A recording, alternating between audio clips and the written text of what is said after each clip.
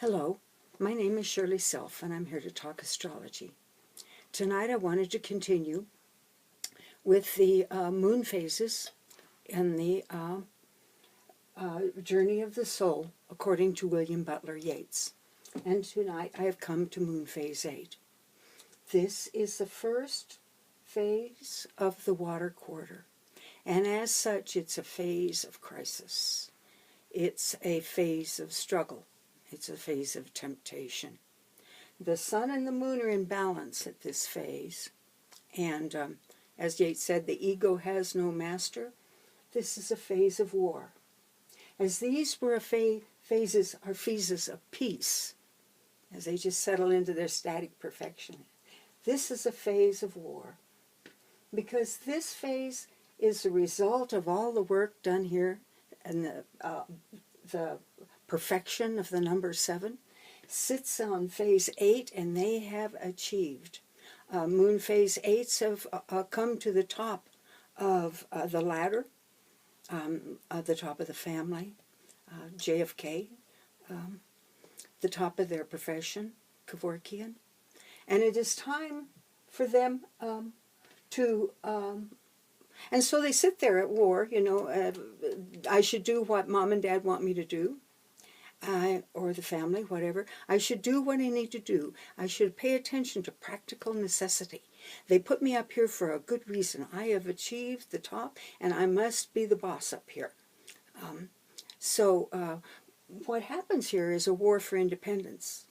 Because to feel like you have to do what the tradition, for instance, or the grandfathers say you have to do, is very limiting to moon phase 8, and he has to develop a desire that is strong enough, a desire to do something of his own. We've finished the first level of the intellect, intuition, and now we're going for the form is ready for content.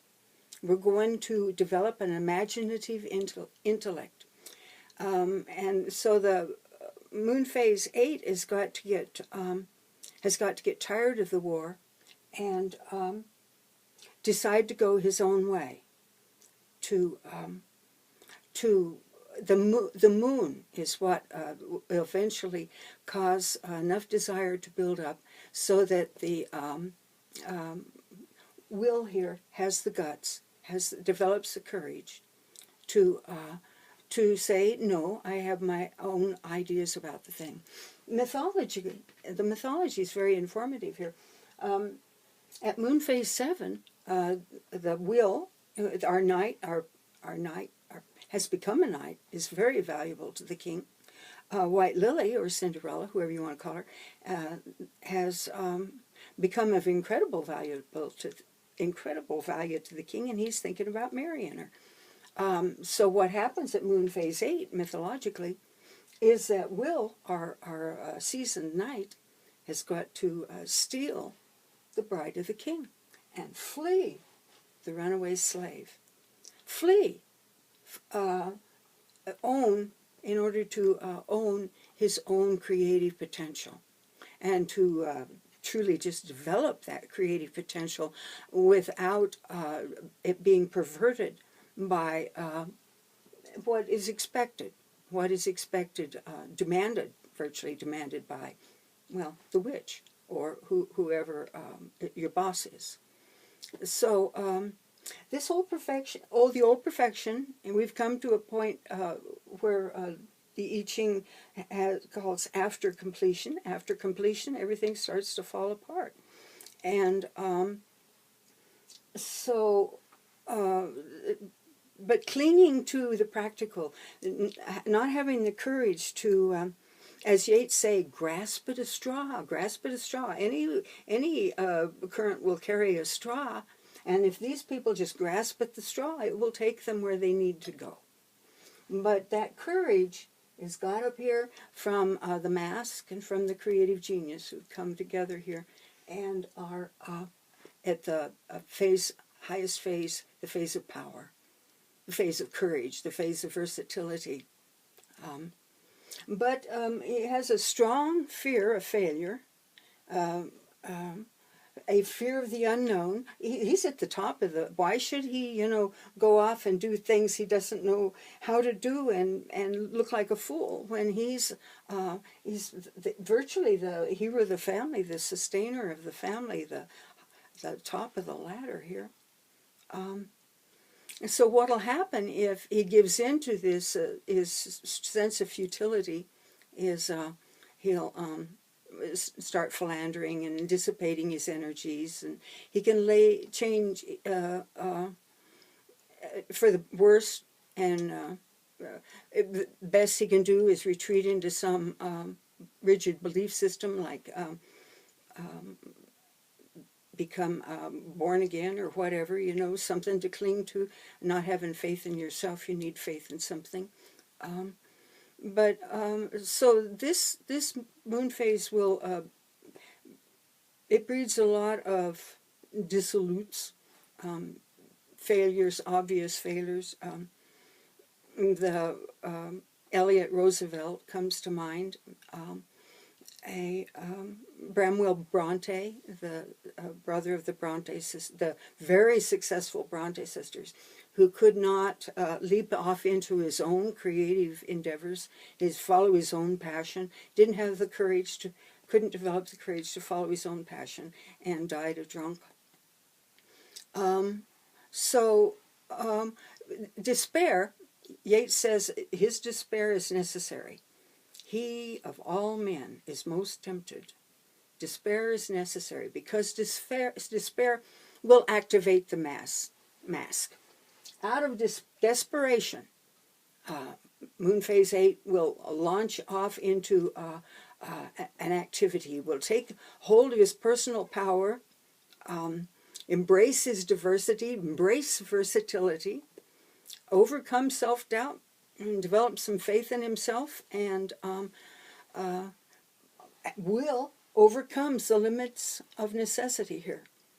And as Moon Phase 8 is able to do this, he will do altruistic, humanistic action. He is a dynamo, Jack Kevorkian, who had made it to the top of the medical ladder, bolted and became an outlier and went his own way. Why? Because he had courage, because he saw a need, because he was altruistic, because he was a humanist, and paid the price for it. Elizabeth II is a Moon Phase 8. And she is at, we all know, at the top of the ladder, and having to take, virtually, she's taken hold of the reins and brought the monarchy as best it can into the 21st century, and saved its life at the top of the ladder, doing what she wants to do. She's doing her best, and the spunk she's shown shows that she is not giving up, that she is taking hold of this courageous, powerful mask creative genius and doing the best in the gilded cage in which she has to live. JFK, I wonder about JFK. He, he has the family that set him in power had certain expectations of him, I think. And I think that he blew those expectations and was not going to do what was expected of him, and died for it. And I think this person knew that, and it helped him to not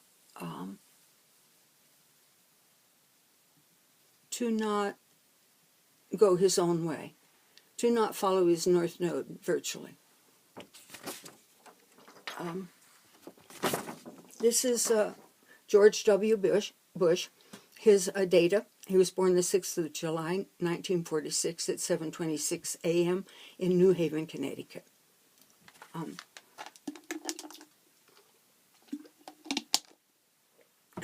Excuse me, I took a drink of water. His ascendant is ruled by the sun, which is ruled by the moon, which is ruled by Venus, which is ruled by the sun. And so I was thinking, all this guy wanted was to be loved.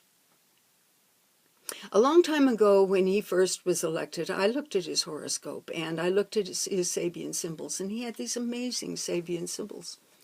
8 Leo, which is his ascendant, the meaning of that Sabian symbol is revolution.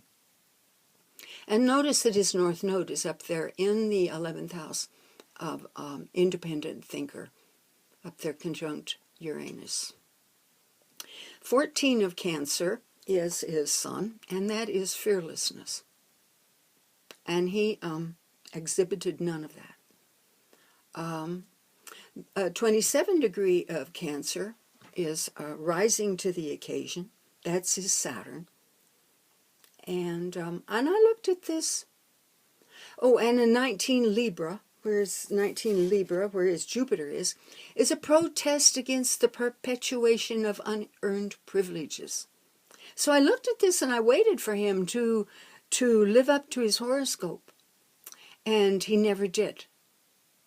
He never did.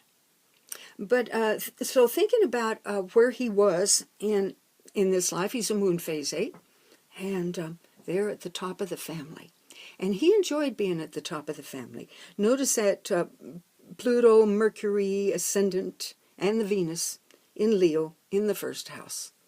So his family appreciated him, and wanted him to be there. But he himself, that North Node is up there, conjunct Uranus. It's wanting to go his own way, wanting to express his own ideas, he had ideas. He had good ideas. Look down there at that in the 3rd house. Those ideas have Neptune, compassion. The moon conjunct Jupiter, which is an urge to bring things into balance, to bring people into harmony. And instead, what he did was he's got a septile between the Uranus and the Pluto-Mercury in the 1st house. That septile is a 7, divides the circle by 7, and so it is 52 degrees. It's actually 15.1, 0.48, etc. So that septile means that he affected the future. That's what septiles do. It means you participate in something that affects, changes the future. And it's Uranus, septile to Pluto, and it was destruction. And Uranus upset the apple cart in the Middle East, and Pluto destroyed a lot of people in the process. So I didn't give him any slack at all for years, until just recently, yesterday actually. I looked at his father's horoscope, thinking about a moon phase 8 and how they are at the top of the family and need to break away and do their own thing. So I looked at his father. His father's Pluto is on W's sun, within a degree. His Neptune is on W's Venus. His ascendant is conjunct W's Mars. His moon is conjunct W's moon. His Chiron is conjunct W's midheaven. Now, W has a Chiron square the sun. And he needs to be master of his own fate. That's the meaning of that.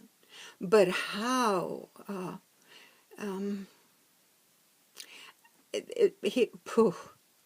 Fighting against the power of his father.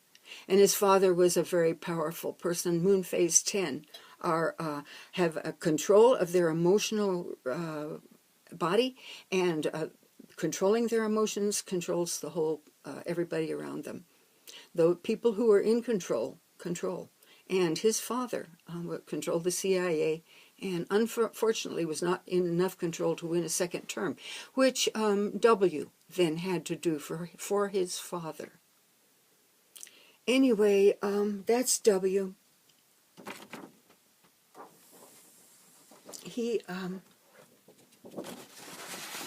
He's finally doing what he wants to do, and he's good at it. That 12th house sun, he's good at it. He's got a strong Neptune, Moon, Jupiter, all Libra, and he can see people. He can translate that into paint, into going through him into paint, into a picture that I recognize and admire. So it's taken me a long time to admire this person. And I wonder about his moon phase. He's very early in the phase. And I wonder if that matters. Because Queen Elizabeth is like 1 degree from being a 9. And she acts like a 9. She has her own independent thought. Tradition had her cornered. And she has made herself room in it. She's done it for her family. And she's done it for herself as best possible. And lightened up the queenship or the kingship for whoever is following, making it a much more livable place to be. Anyway, so here's the tarot card. Let me show you the Kabbalah.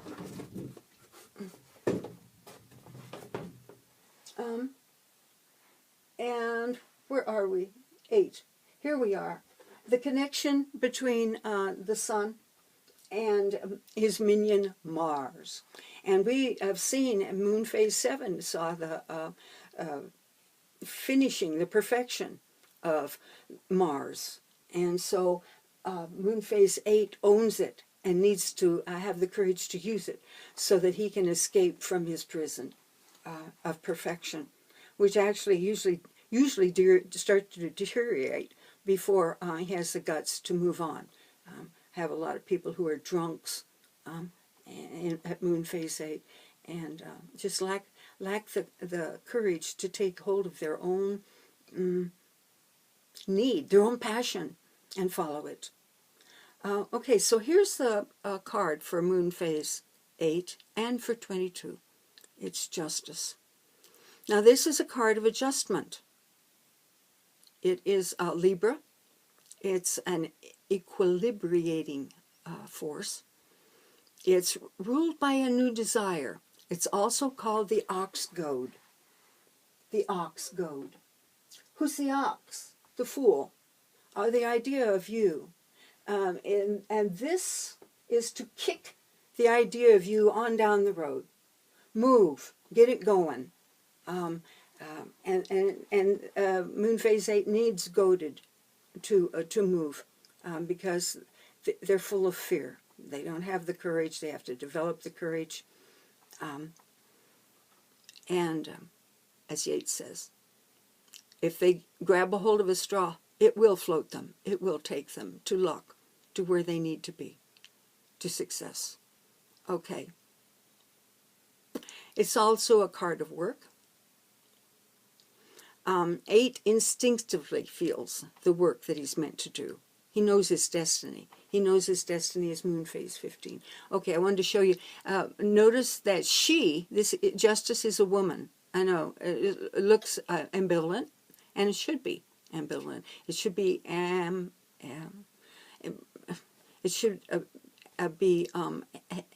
heterosexual. No, it should be ambivalent. I can't think of the word to put into two brains together. But it needs to be working from both brains. Anyway, the feet. It's resting on a jackal. And a jackal is referring to Anubis. And Anubis, Yeats also calls it the husk. And the husk is the blueprint of just this lifetime. And so Anubis is carrying you forward according to your blueprint. And is the power of the lower hemisphere, the dark part of the the zodiac. So that's moon phase 8. There, it's a very difficult phase. It's a phase of war, and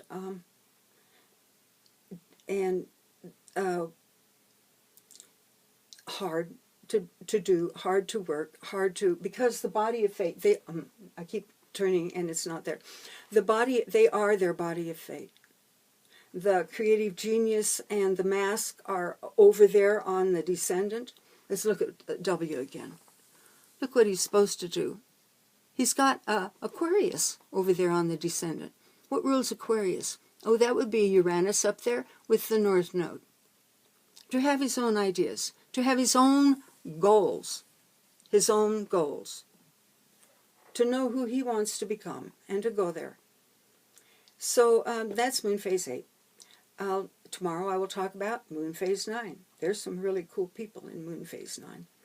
And may all the blessings of the world hold you, and a good night.